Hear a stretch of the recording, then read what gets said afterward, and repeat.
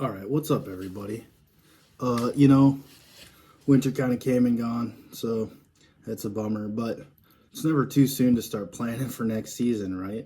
And what skis you maybe want to get or save up for or whatnot. And talking to the guys at Parlor last time, Mark and those guys, it made me think like, I'm always looking for uh, skis made in the United States. If I can find them, I'll support them, or if or whatever.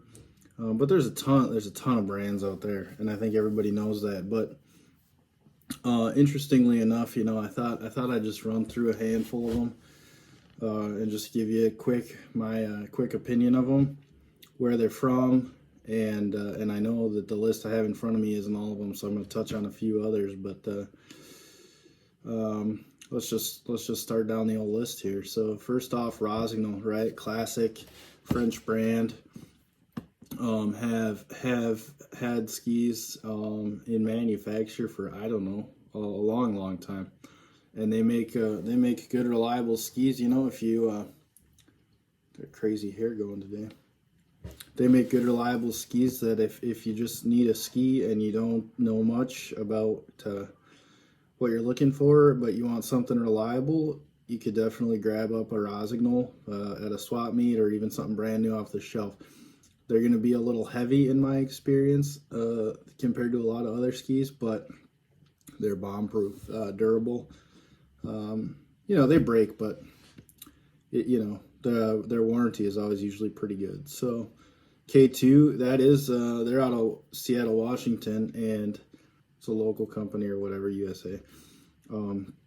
They've got a long run track record too, just like K2. Just like Rossignol.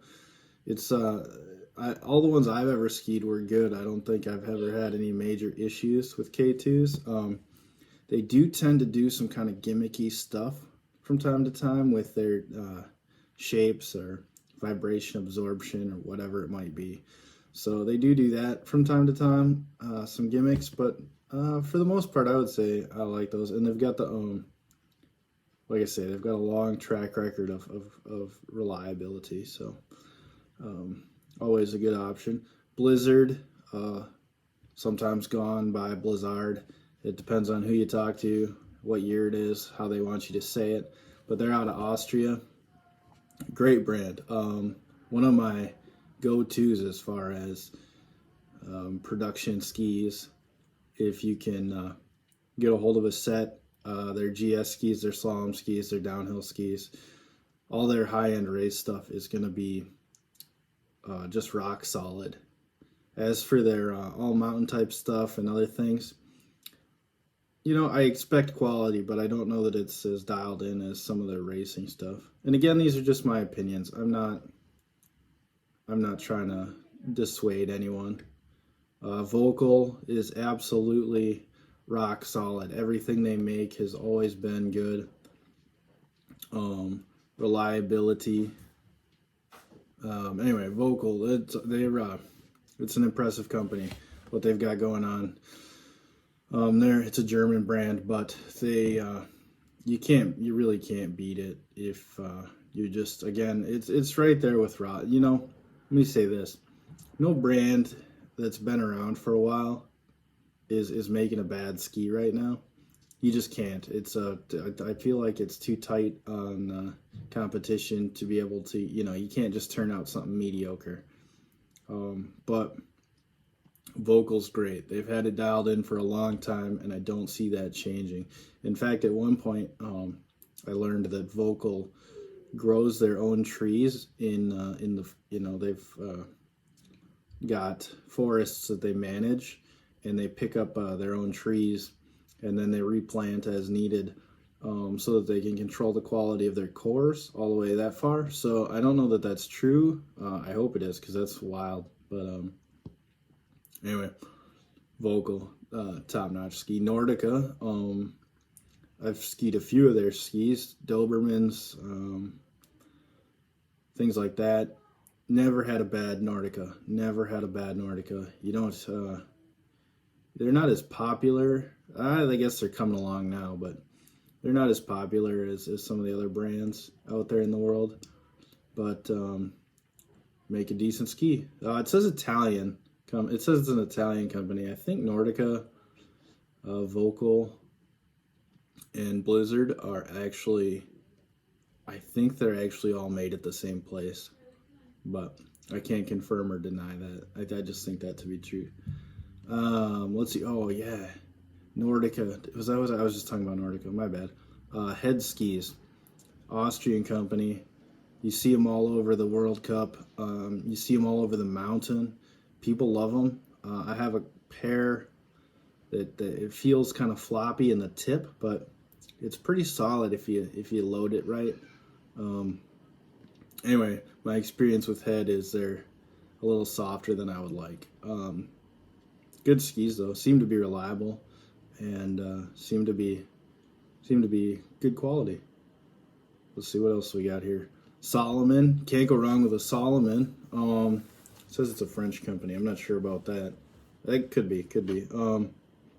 They had a ski back in the day, the Pocket Rocket, which it was when we just started getting the the twin tips, but then like the wider underfoot, maybe like 90, 95 underfoot with the twin tips. And it was just, it's a very smooth ski. I don't know if you can get a hold of them anymore, but they Solomon, yeah, another banger, man. Good go with everything they're doing right now too. DPS skis out of Salt Lake City. Now, I haven't skied any DPS, but I know that the people that some people that I've talked to that have skied them, they're wild about them, love them. They also offer the what are they calling it? Phantom wax, where it's like a one-time wax. It's supposed to. It's not really a wax. It's a coating that is supposed to like get into the base, kind of like get integrated into the base. It's a particular technique that you have to use. I don't know a ton about it. I'm a little skeptical because they say you never have to wax your skis again, and that's great if it works. I've been on the fence about getting some and trying it. Maybe I'll have to do that this year. But DPS, Salt Lake City. I mean, can't go wrong with that. You ever been to Salt Lake? I like Salt Lake. What was I gonna say? Yeah, Salt Lake City's cool. Cool town. Not too, you're kind of right in the mountains and all that. So it's cool like that. Atomic, says Austria. I don't know. I'm not an Atomic guy. I'm not saying they make bad skis. I'm just saying it's not on my list of to-dos. Never liked the way they performed. But I also know that a lot of top level skiers are on Atomics right now. Like I think Michaela Schifrin's on Atomic, which, as far as I'm concerned, that makes them great skis, right? I'm buying what she's selling, as far as that goes. Excuse me, Black Crows out of Chamonix. I want to get a pair. If you have a pair, drop a comment. I want to try them out very badly. They have cool top sheets. They have good looking skis, and I mean, they pop up in Warren Miller movies quite often lately, which is sweet. Seen them around, haven't had a chance to try them. Let me know if you have. Let's see. Oh, Line Skis. That's what's that guy's name? He builds J skis now, but anyway, that guy Jay, he built the brand from nothing. Sold it to K2. And so they're right in there, right? That K2 is not going to make a bad ski, and Line had a good reputation before they bought it. So, I would say in general a decent ski for sure. Armada out of Park City, another great local brand. I say local, I mean the United States, but anyway, not a bad ski. Pretty well bomb proof is my a lot of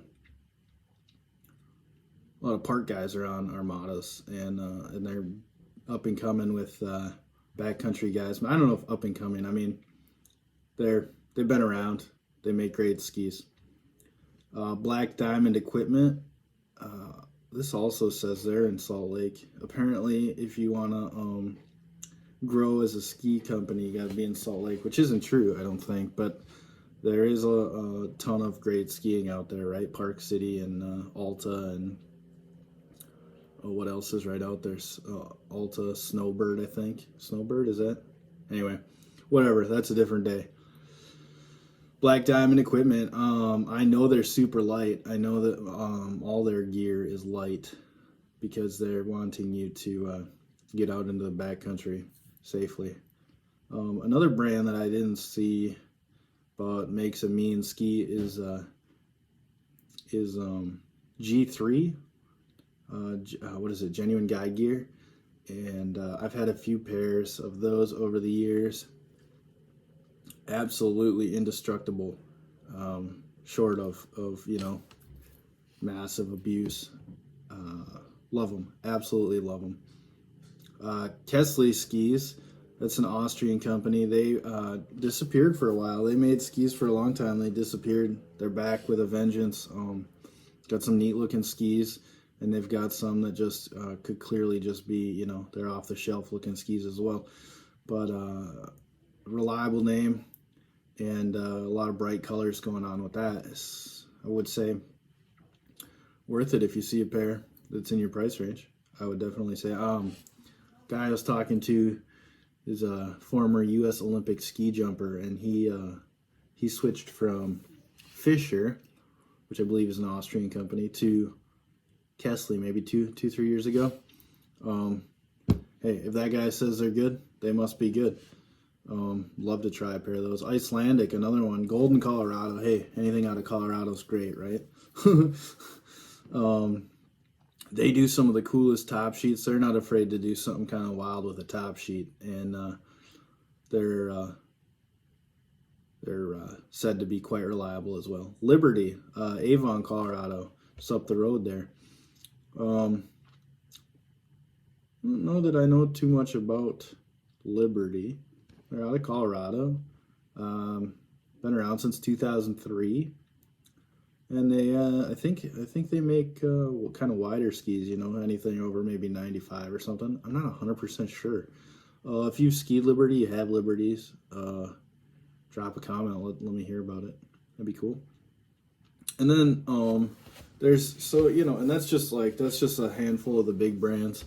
Obviously, we talked to Parlor on the last episode, and I love the set that I have. I don't know that I will be needing a new pair of skis for a very long time. Another one that's up in Michigan is Shaggy's Copper County Skis. I love their skis too, actually. I will say they're a little on the heavy side, like Rossignol, but once you find the sweet spot on them, they're hard to beat as far as skis go. What else is there? Wagner Custom Skis, and I'm not sure what their deal is exactly, but just like some of these other small brands, they're out there, they're available. They're a little bit on the high end as far as price goes, but Wagner Custom Skis. So, and there's a lot of other ones. I think Rocky Mountain Underground is still kicking. Meyer Skis, I think they're still kicking. What's the other one I'm trying to think of here? There was a weird telemark brand. I think the guy still makes the skis, but I don't think he's doing the marketing like he was. There was a telemark ski called Scotty Bob's, and they were a strange shape, but they were theoretically designed specifically for the telemark turn, which was kind of cool. But anyway, so what I'm going to do going forward is I'm going to try to get a hold of some of the brands. I know some of the bigger brands, K2 and Rossignol, something like that. I might not be able to get a hold of anybody. But we got to talk to Parlor, and I'm got a couple others cooking. Another brand I recently discovered, it's Old Growth Skis. Hopefully we can talk to them pretty quick here. But and it sounds like Shaggy's is gonna hop on and chat with us here. So we'll have to ask them what's up with the weight of their skis. At least explain why it feels heavy. Maybe it's just in my own mind. Maybe it's not even their skis. So there we go. And then also in the future, what I'm going to do is I've got a pair of Solomon boots, because I always wonder what's going on in a boot. I've got a pair of Solomon boots that I retired. I think we're going to throw it on the bandsaw and cut it open and just really take a look at what's in the shell, which isn't much. It's mostly plastic, obviously. But see what's all going on in there. See what we can learn. So look for that coming up. And hopefully we'll get a couple more ski companies or whatever. So if you have any ideas, drop them in the comments. Hit us up on Facebook. And please, please, please hit the like or subscribe and or tell your friends to do it, which would be fine too. Thanks for watching, and we'll see you next time.